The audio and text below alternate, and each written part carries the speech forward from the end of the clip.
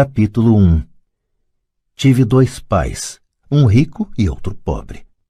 Um era muito instruído e inteligente, tinha o PhD e fizeram um curso universitário de graduação com duração de 4 anos em menos de 2.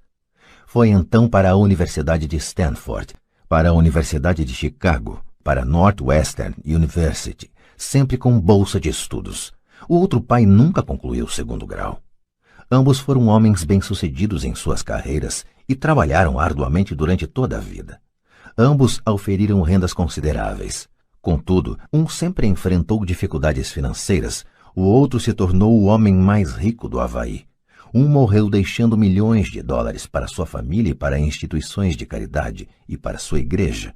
O outro deixou contas a pagar. Ambos eram homens fortes, carismáticos e influentes. Ambos me ofereceram conselhos, mas não aconselharam as mesmas coisas. Ambos acreditavam firmemente na instrução, mas não sugeriram os mesmos estudos. Se eu tivesse tido um único pai, teria tido que aceitar ou rejeitar seus conselhos. Tendo dois, tive a escolha entre pontos de vista contrastantes, a visão de um homem rico e a visão de um homem pobre. Em vez de aceitar ou rejeitar simplesmente um desses pontos de vista, me descobri pensando mais, comparando-os e escolhendo por mim mesmo. O problema é que o homem rico ainda não era rico e o homem pobre ainda não era pobre. Ambos estavam no início de suas carreiras e lutavam por dinheiro e pela família. Mas tinham ideias muito diferentes sobre dinheiro. Por exemplo, um dos pais dizia: o amor ao dinheiro é a raiz de todo mal. O outro: a falta de dinheiro é a raiz de todo mal. Quando garoto, a influência de dois pais, ambos homens fortes, era uma situação complicada. Eu queria ser um bom filho e ouvia, mas os dois pais não falavam a mesma língua. O contraste entre suas ideias, especialmente no que se referia ao dinheiro, era tão extremo que eu ficava curioso e intrigado.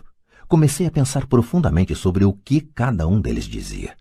Muito do meu tempo era gasto refletindo, fazendo-me perguntas como por que ele fala isso, a respeito das afirmações dos pais.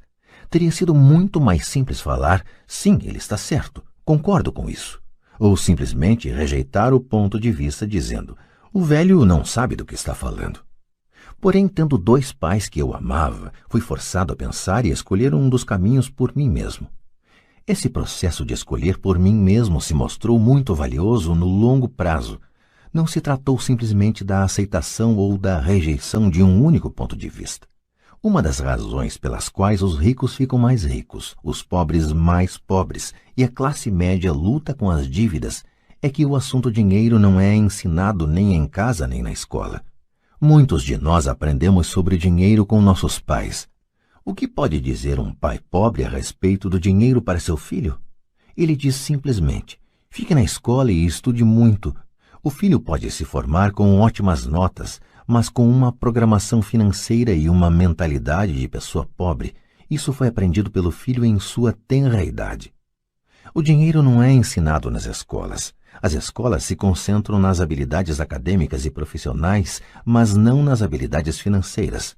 Isso explica por que médicos, gerentes de banco e contadores inteligentes que tiveram ótimas notas quando estudantes terão problemas financeiros durante toda a sua vida. Nossa impressionante dívida nacional se deve em boa medida a políticos e funcionários públicos muito instruídos que tomam decisões financeiras com pouco ou nenhum treinamento na área do dinheiro.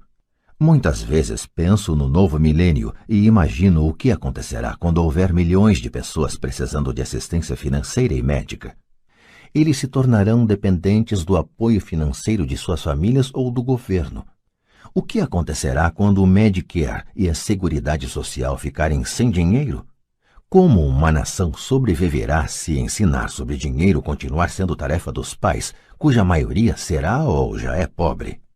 Como tive dois pais a me influenciar, aprendi com ambos. Tive que refletir sobre os conselhos de cada um deles e, ao fazê-lo, percebi o poder e o impacto dos nossos pensamentos sobre nossa própria vida. Por exemplo, um pai costumava falar, não dá para comprar isso. O outro proibia o uso dessas palavras, insistia em que eu falasse, o que posso fazer para comprar isso? Num caso temos uma afirmação, no outro uma pergunta. Um deixa você sem alternativa, o outro obriga você a refletir. Meu pai, que logo ficaria rico, explicava que ao falar automaticamente não dá para comprar isso, seu cérebro para de trabalhar. Ao perguntar o que posso fazer para comprar isso, você mantém seu cérebro trabalhando. Ele não estava dizendo que comprasse tudo o que desejasse. Ele incentivava fanaticamente que exercitasse minha mente, o computador mais poderoso do mundo. Meu cérebro fica mais forte a cada dia porque eu o exercito. Quanto mais forte fica, mais dinheiro ganho. Ele acreditava que repetir mecanicamente não dá para comprar isso era um sinal de preguiça mental. Embora ambos os pais trabalhassem com afinco, observei que um deles tinha o hábito de pôr seu cérebro a dormir quando o assunto era dinheiro, e o outro tinha o costume de exercitar seu cérebro.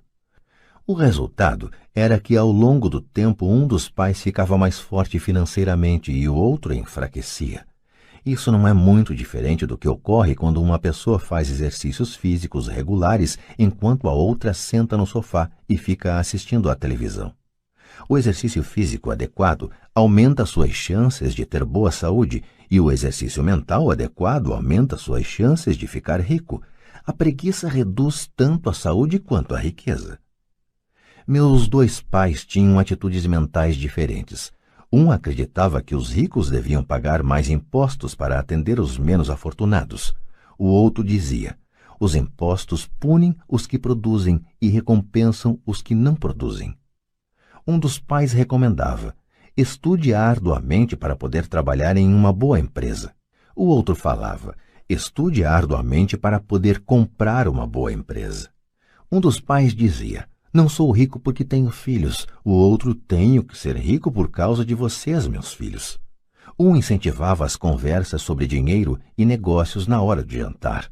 O outro proibia que se falasse do assunto durante as refeições. Um dizia: em questões de dinheiro seja cuidadoso, não se arrisque. O outro: aprenda a administrar o risco. Um recomendava: nossa casa é nosso maior investimento e nosso maior patrimônio. O outro: minha casa é uma dívida e se sua casa for seu maior investimento, você terá problemas. Ambos os pais pagavam suas contas no prazo, mas um deles pagava suas contas em primeiro lugar, enquanto o outro as deixava para a última hora. Um deles acreditava que a empresa ou o governo deveria cuidar de você e de suas necessidades.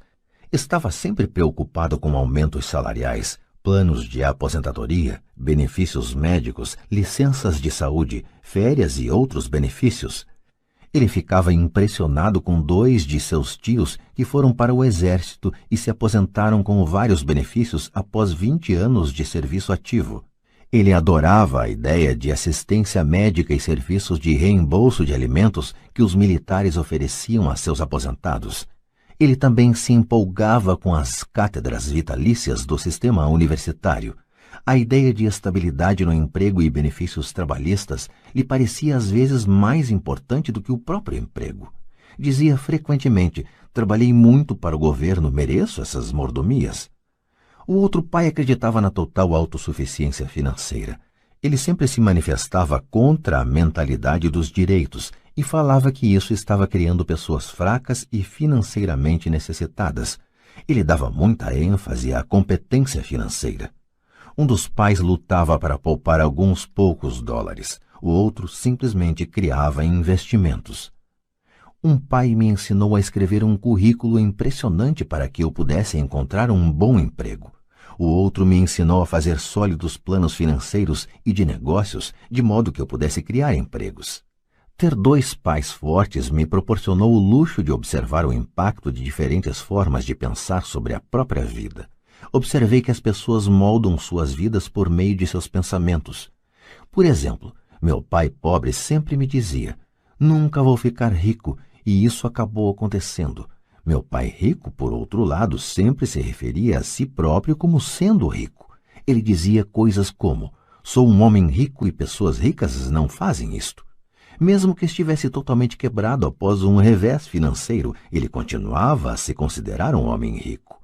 Ele se justificava dizendo: há uma diferença entre ser pobre e estar quebrado. Estar quebrado é algo temporário, ser pobre é algo eterno. Meu pai pobre dizia: não ligo para dinheiro, ou o dinheiro não é importante. Meu pai rico sempre dizia: dinheiro é poder. O poder de nossos pensamentos nunca poderá ser medido ou avaliado, mas desde jovem se tornou óbvio para mim a tomada de consciência de meus pensamentos e da forma como me expressava. Observei que meu pai pobre não era pobre por causa do dinheiro que ganhava, que era bastante, mas por causa de seus pensamentos e ações. Quando garoto, tendo 2 pais, me tornei consciente de que deveria ser cuidadoso com os pensamentos que decidisse adotar como meus. A quem ouviria? A meu pai rico ou a meu pai pobre? Embora ambos tivessem um enorme respeito pela educação e pelo aprendizado, eles discordavam quanto ao que era importante aprender. Um queria que eu estudasse arduamente, me formasse e conseguisse um bom emprego para trabalhar pelo dinheiro. Ele queria que eu estudasse para me tornar um profissional, um advogado ou um contador, ou que fosse para uma faculdade de administração para obter um MBA. O outro me incentivava a estudar para ficar rico, para entender como funciona o dinheiro e para aprender como fazê-lo trabalhar para mim. Não trabalho por dinheiro, costumava repetir uma e outra vez. O dinheiro trabalha para mim. Com 9 anos de idade, resolvi ouvir e aprender com meu pai rico tudo sobre dinheiro. Optei por não dar ouvidos a meu pai pobre, mesmo que fosse ele quem possuísse todos os títulos universitários. Uma lição de Robert Frost. Robert Frost é meu poeta favorito. Embora goste de muitas de suas poesias, a minha preferida é The Road Not Taken. Quase todos os dias recorro às suas lições. The Road Not Taken. O caminho não escolhido.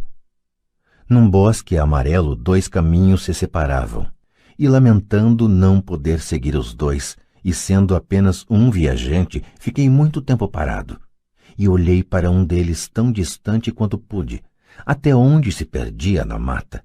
Então segui o outro, como sendo mais merecedor, e tendo talvez melhor direito, porque coberto de mato e querendo uso, embora os que por lá passaram os tenham realmente percorrido de igual forma, e ambos ficaram essa manhã com folhas que passo nenhum pisou.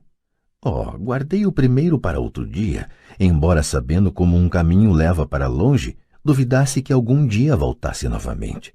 Direi isto suspirando: em algum lugar, daqui a muito e muito tempo, 2 caminhos se separaram em um bosque e eu escolhi o menos percorrido. E isso fez toda a diferença. Robert Frost, 1916. E isso fez toda a diferença. No correr dos anos, pensei muitas vezes no poema de Robert Frost. Ao escolher não dar atenção aos conselhos e atitudes quanto a dinheiro de meu pai muito instruído, tomei uma decisão dolorosa, mas foi uma decisão que determinou o resto de minha vida. Com a decisão de quanto a quem dar ouvidos, teve início minha educação sobre dinheiro. Meu pai rico me deu lições ao longo de um período de 30 anos, até que cheguei aos 39 anos de idade. Suas lições pararam quando ele percebeu que eu conhecia e entendia plenamente o que ele estava tentando martelar na minha cabeça, às vezes bastante dura. O dinheiro é uma forma de poder. Mais poderosa ainda, entretanto, é a instrução financeira. O dinheiro vem e vai, mas se você tiver sido educado quanto ao funcionamento do dinheiro, você adquire poder sobre ele e pode começar a construir riqueza. O motivo pelo qual o simples pensamento positivo não funciona é porque a maioria das pessoas foi à escola e nunca aprendeu como o dinheiro funciona, e assim passam suas vidas trabalhando pelo dinheiro. Como comecei com apenas 9 anos, as lições que meu pai rico me ensinou foram simples. E quando tudo foi dito e tudo foi feito, encontramos apenas 6 lições, repetidas ao longo de 30 anos. Este livro trata dessas 6 lições, expostas da maneira mais simples possível, da forma como meu pai rico as passou para mim. Estas lições não pretendem ser respostas e sim marcos. Marcos que ajudarão você e seus filhos a enriquecerem, não importa o que aconteça em um mundo de crescente mudança e incerteza. Lição 1. Os ricos não trabalham pelo dinheiro. Lição 2. Para que a alfabetização financeira? Lição 3. Cuide de seus negócios. Lição 4. A história dos impostos e o poder da sociedade anônima. Lição 5. Os ricos inventam dinheiro. Lição 6. Trabalhe para aprender, não trabalhe pelo dinheiro.